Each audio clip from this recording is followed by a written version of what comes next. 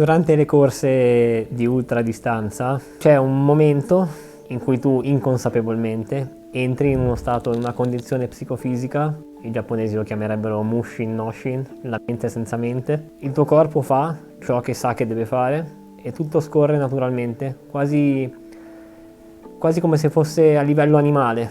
Tu fai ciò che in quel momento sai che devi fare e lo fai in maniera totalmente focalizzata.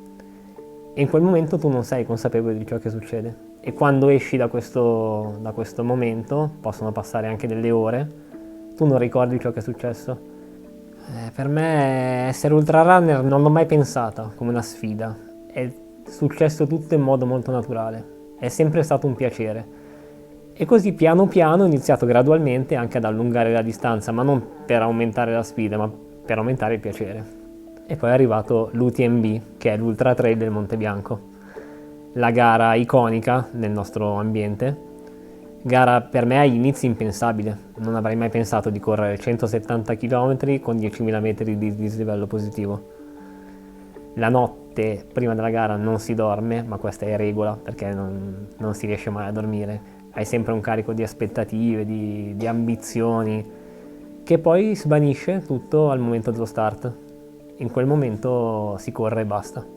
E io così ho fatto, mi hanno dato il via e poi ho iniziato a correre. È gratis, cioè ti spinge il pubblico e il tifo e quindi tu vai. I primi 30 km sono stati facilissimi e quindi inizia la notte, inizia a stare da solo. Ho iniziato a non sentirmi bene poco prima del 100° chilometro, ma non ho pensato subito al peggio. Il ristoro è un tendone che spicca nel verde della natura e si vede in lontananza.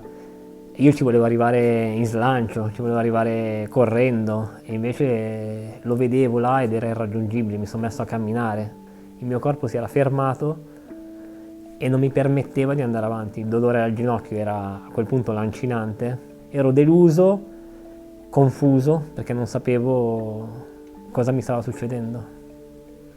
Il mio corpo probabilmente ha rifiutato quello sforzo, ha rifiutato quella fatica che stavo facendo e che per me, per la mia mente forse non era ancora così eccessiva, ma il mio corpo probabilmente non riusciva a sopportarla. Io non mi sentivo più in gara e quindi mi sono seduto ma fuori dal tendone con la schiena appoggiata al tendone. Non ero neanche più in gara, ero già come se mi fossi autoeliminato. Quindi ho chiamato la mia amica Elisa, che era col gruppo di persone che mi aspettavano, e lei a un certo punto, dopo una lunga chiacchierata, di cui io non ricordo molto, lei mi ha detto che non sarebbero venuti a prendermi. Loro mi avrebbero aspettato lì alla base vita successiva, a 15 km. Ho provato a rincamminarmi verso di loro, a zoppicare verso di loro, e poi piano piano ho visto che in realtà riuscivo anche a correre. Quando ho visto che riuscivo a corricchiare, ho iniziato a pensare a tante cose. Uno dei pensieri che ho avuto mentre raggiungevo i miei amici correndo era il fatto di, in qualche modo coscientemente, aspettare il Riccardo che si guardava da fuori, che rientrasse nel suo corpo e si riappropriasse della sua volontà. E a un certo punto questa cosa è successa. Ora era diventato solo un dolore fisico.